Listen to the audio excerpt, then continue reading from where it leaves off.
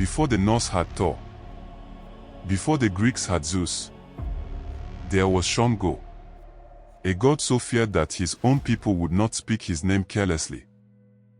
A king so powerful that death itself could not contain him. Most of the world knows the Viking god of thunder. Few know the Yoruba god who by every measure is more terrifying, more complex, and more deeply worshipped to this day. This is the true story of Shango, the god of thunder, lightning, and justice, and why his legacy has outlasted every empire that tried to erase it. To understand Shango, you first need to understand the civilization that created him.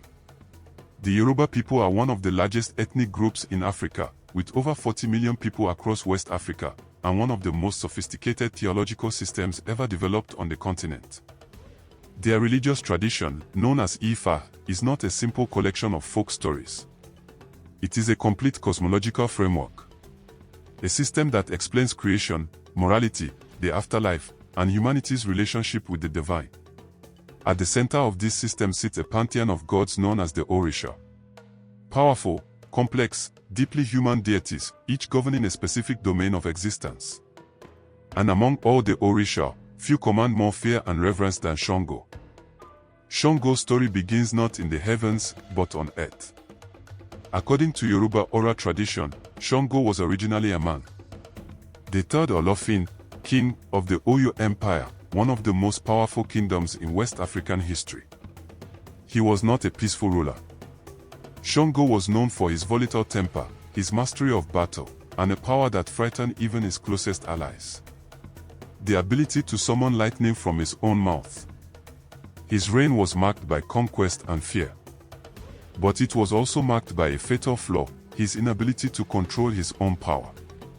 The most significant myth tells of the day Shango attempted to demonstrate his lightning powers during a ritual and accidentally destroyed his own palace, killing his wives and children in the process. Consumed by grief and guilt, Shango walked into the forest and hanged himself. But death was not the end. His followers refused to accept his mortality. They declared that Shango had not died, he had ascended. That he had become something beyond human. Something divine. Obakoso, the king, did not hang. This became his sacred praise name, repeated in ritual and prayer for centuries after. And from that moment, Shango took his place among the Orisha, not as a minor deity, but as one of the most powerful forces in the Yoruba cosmos. As an Orisha, Shango governs thunder, lightning, fire, and justice. His symbol is the double-headed axe, known as the Oshe Shango, representing swift and balanced judgment. When lightning strikes, the Yoruba do not see a random act of nature. They see Shango's hand, delivering punishment to those who have wronged others. This is what separates Shango from Thor in a fundamental way. Thor's lightning is a weapon of war. Powerful, blunt, directed at enemies. Shango's lightning is an instrument of cosmic justice. Precise, moral, aimed at the guilty. In Yoruba belief, if lightning strikes a person's home, it is not misfortune. It is judgment. The community would send priests to investigate what wrong had been committed in that household. Shango does not strike randomly. He strikes deliberately.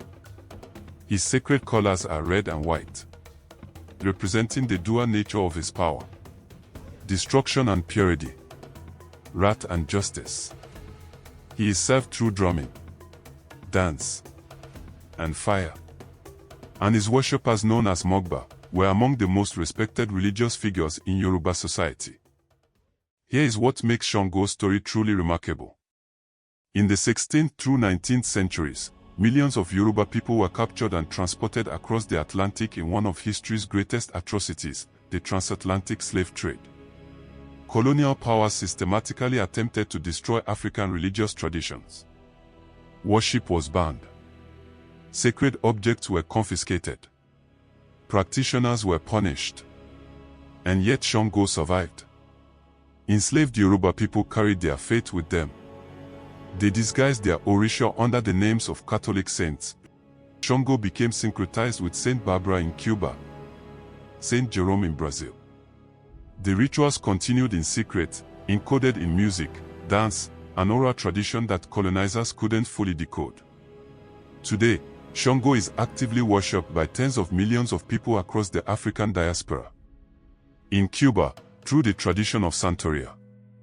In Brazil, through Candomblé. In Trinidad, through spiritual Baptist traditions. And across West Africa, where his temples never stopped operating.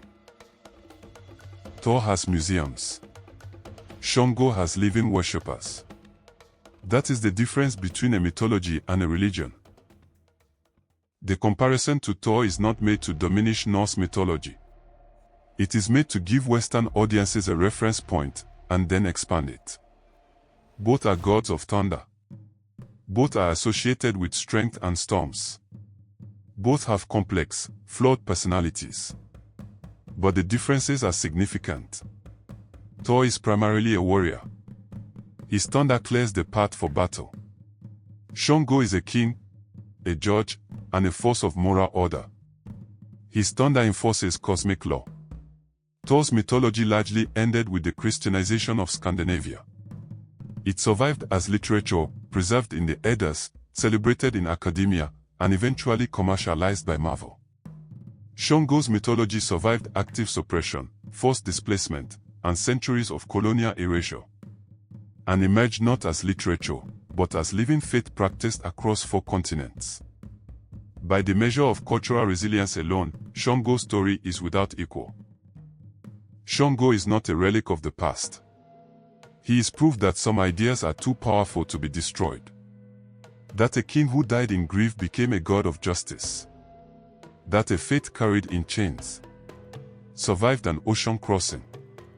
That the lightning still strikes, and the Yoruba still say, Oba Koso. The king did not hang. If you want to go deeper into the Orisha, the Yoruba cosmos, and the myths Africa never forgot, subscribe. We are just getting started.